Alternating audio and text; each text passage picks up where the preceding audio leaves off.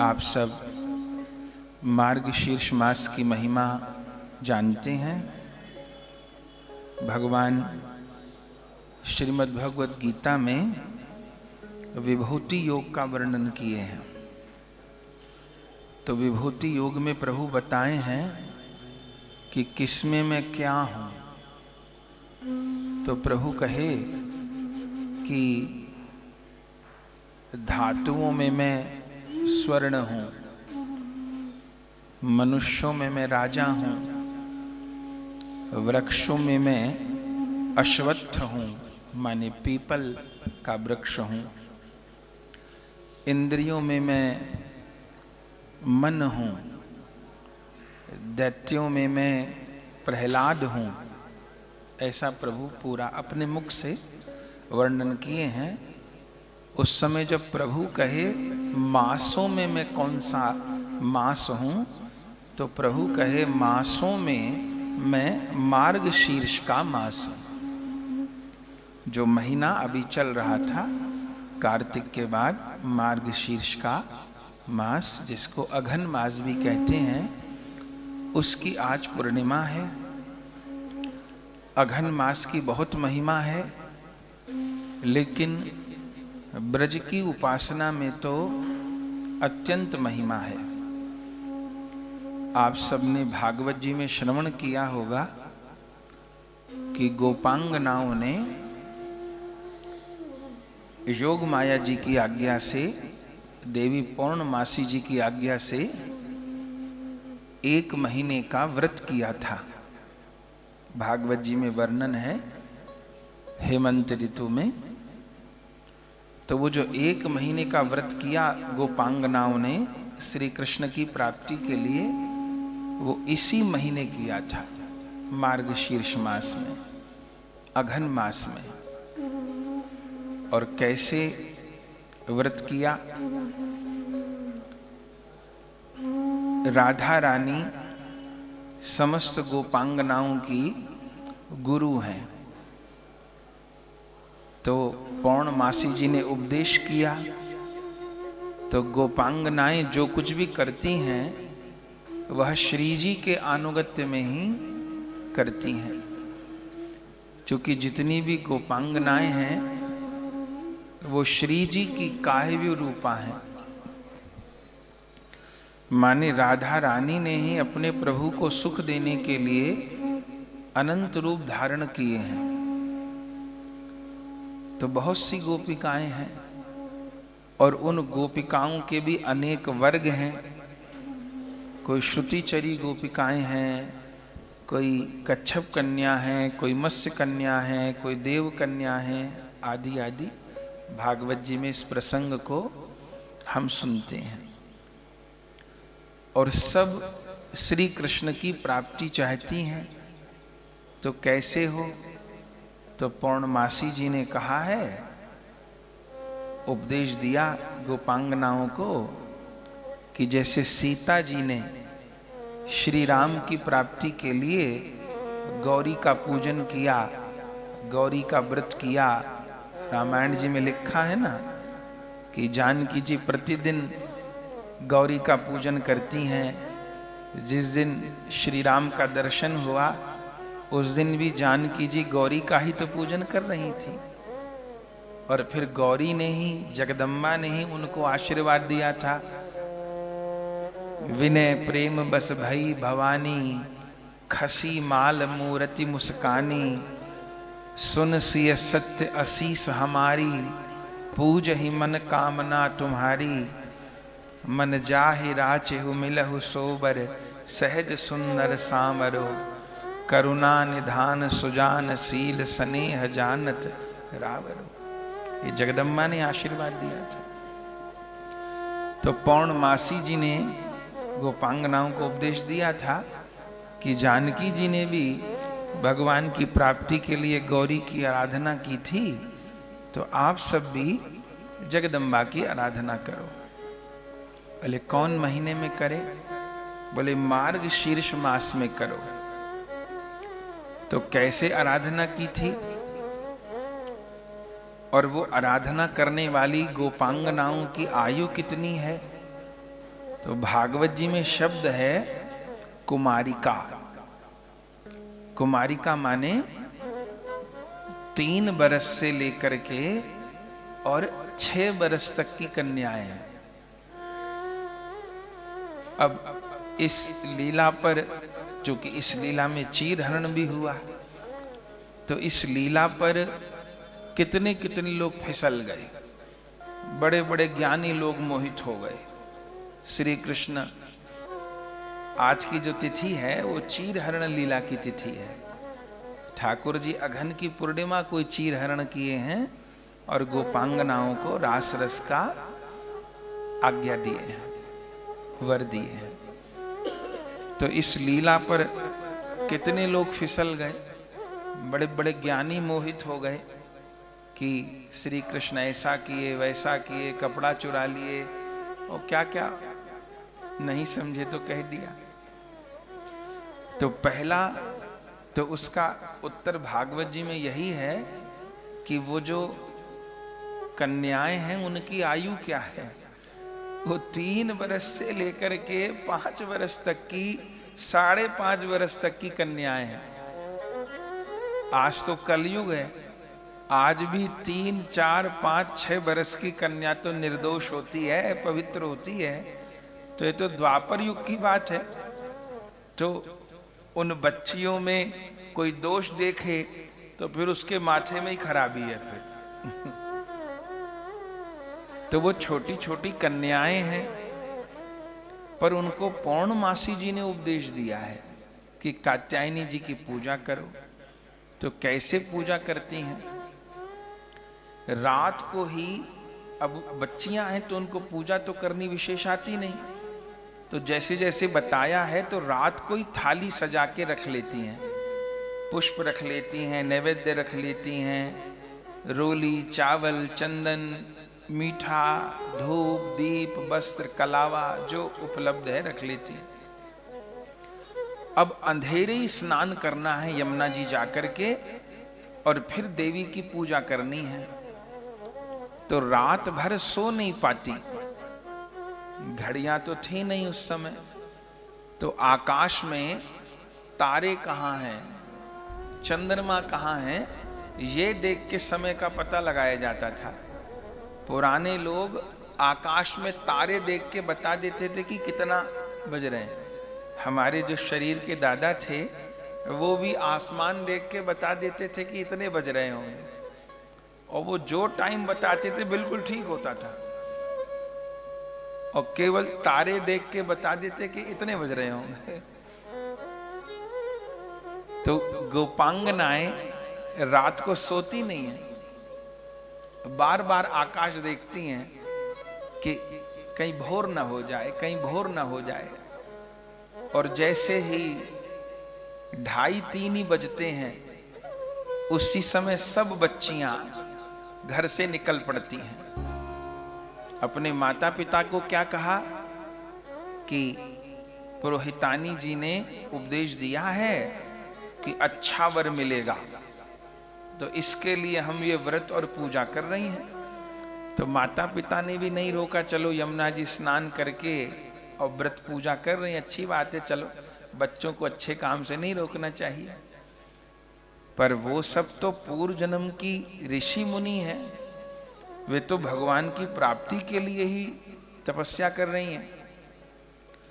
तो 2:30-3 बजे ही निकल पड़ती हैं सब अपने अपने घरों से, गीत गाते हुए, हाथ में पूजा की थालियां ले लेकर। और फिर क्या करती हैं? फिर सबसे पहले अंधेरे 4 बजे, 3:30 बजे यमुना जी स्नान करती हैं।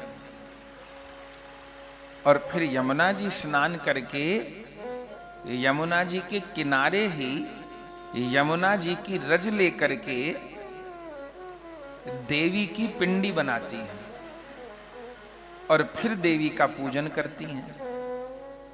और उनको पुरोहितानी जी ने मंत्र उपदेश दिया है, कात्यायनी महामाये महायोगिन्यधीश्वरी नंद गोप सुतम देवी पतिम में कुरुते नमः। ये भागवत जी का ही श्लोक है। तो इसका जप करती हैं। ऐसा कितने दिन किया? 1 मास, इस महीने में। आज भी शेरगढ़ में वो स्थान है जो वृंदावन में कात्यायनी मंदिर है, वहां गोपांगनाओं ने पूजा नहीं की है। वे तो विराजमान हुई हैं पीछे। जो प्राचीन कात्यायनी है वो शेरगढ़ में है, यमुना जी के किनारे। हम लोग की जब 84 कोस होती है तो फिर हम लोग वहां जरूर जाते हैं। आज भी वहां यमुना जी के तट पर देवी की पिंडी है। प्रतिमा तो वहां बाद में पधराई गई है। जो गोपांगनाओं ने रज से देवी की पिंडी बनाई वो आज भी है। और उसके पास में तपोवन नामक स्थान है जहां स्वयं गोपिकाओं के साथ राधा रानी ने तप किया है। बोले राधा रानी को तप करने की क्या जरूरत है? प्रभु तो उनके अधीन है। लेकिन अभी सुना कि गोपांगनाओं की गुरु हैं श्री राधा। तो गुरु केवल उपदेश नहीं करते हैं, गुरु भजन करके भी दिखाते हैं। केवल उपदेश नहीं करते कि सब ऐसा करो ऐसा करो और खुद ना करें। तो गुरुदेव अपने आचरण से भी करके दिखाते हैं। तो वहां तपोवन में 1 महीने तक कात्यायनी मंत्र का जप किया, पुरस्चरण किया।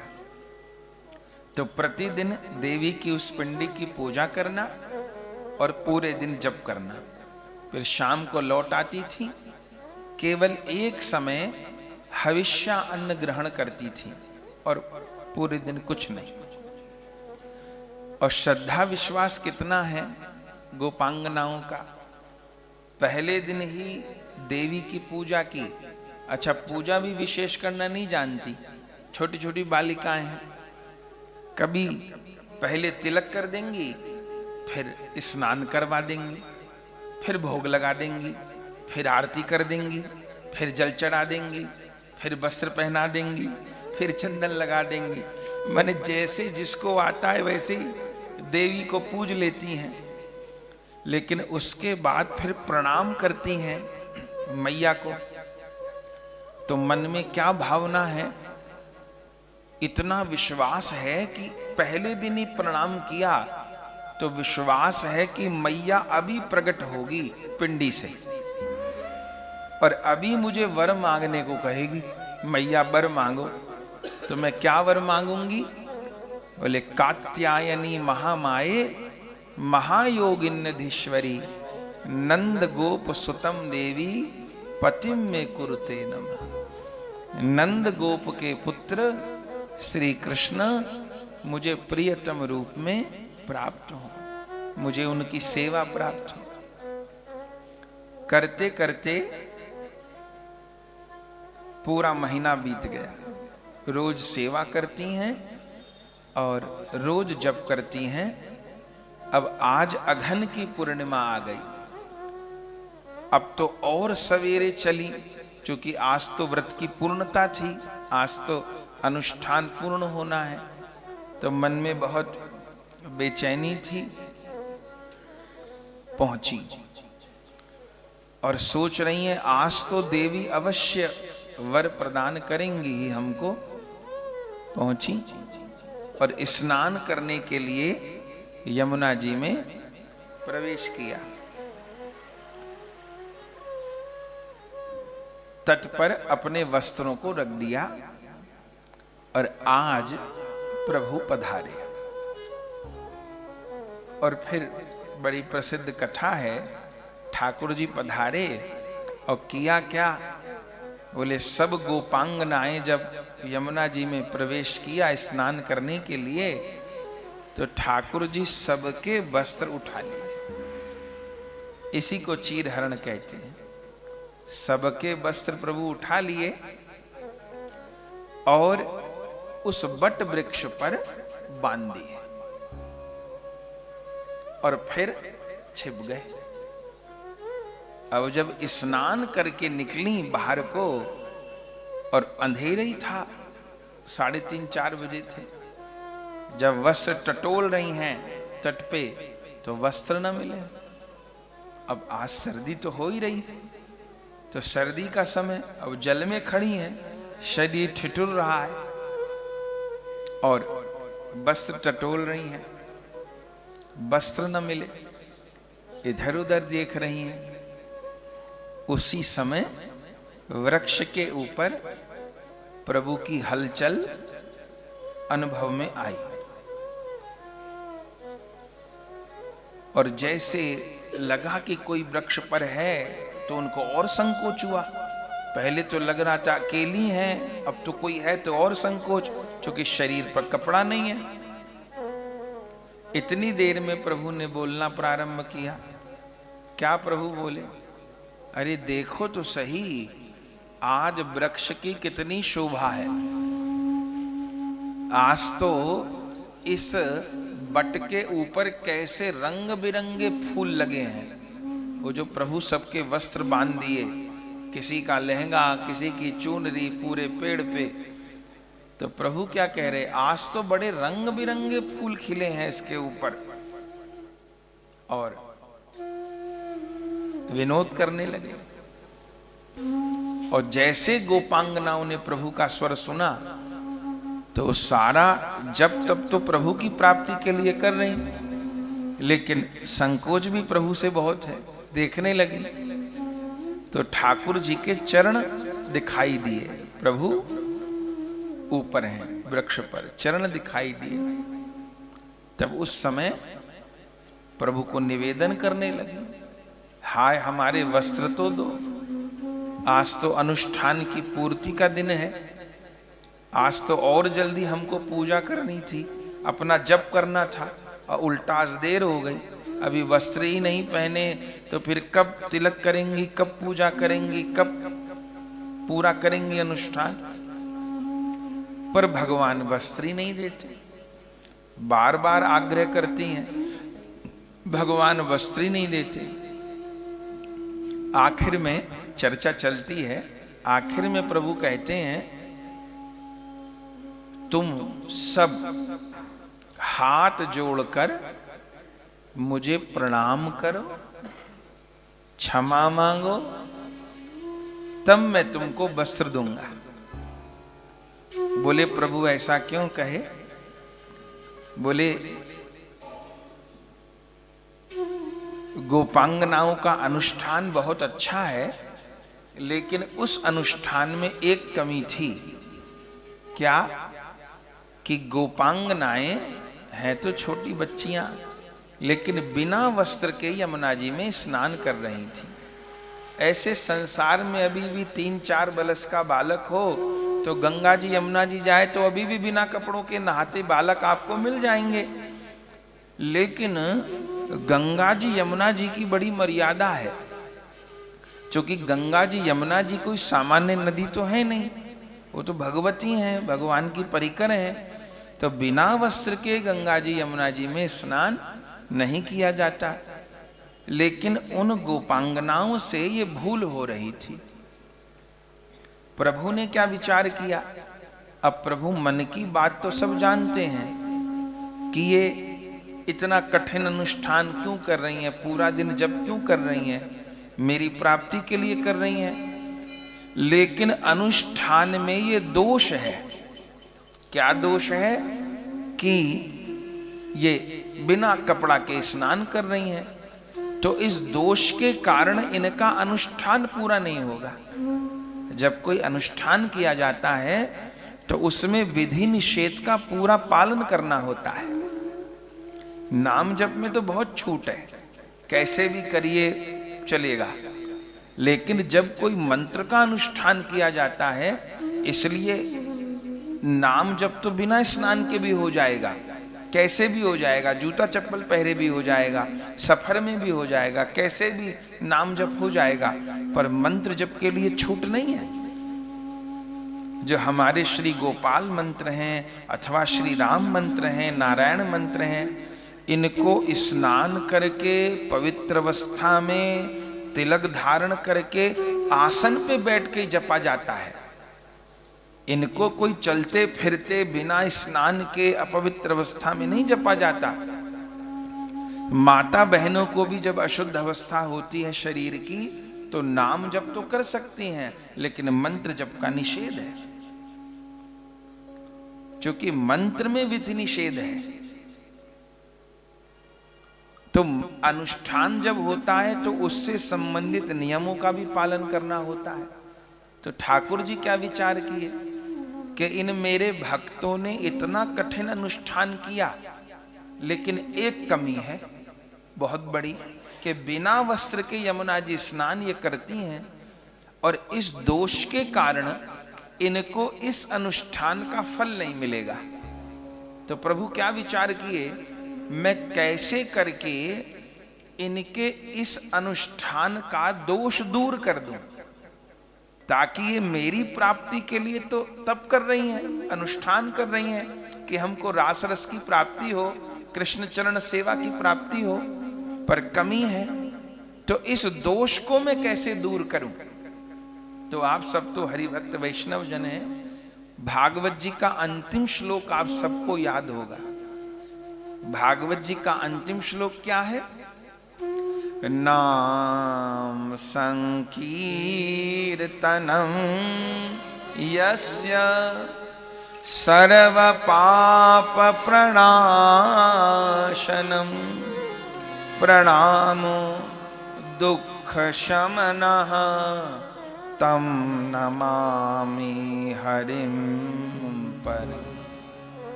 अंतिम श्लोक में वेद व्यास भगवान कहते हैं, जिनका नाम संकीर्तन जीव के सारे पापों को क्षय करने वाला है, और प्रणामो जिनको प्रणाम कर लेने पर प्रणामो दुख शमनः तम नमामि हरिम परम, जिनको प्रणाम कर लेने पर जीव के तीनों दुख, दैहिक दुख, दैविक दुख और भौतिक दुख,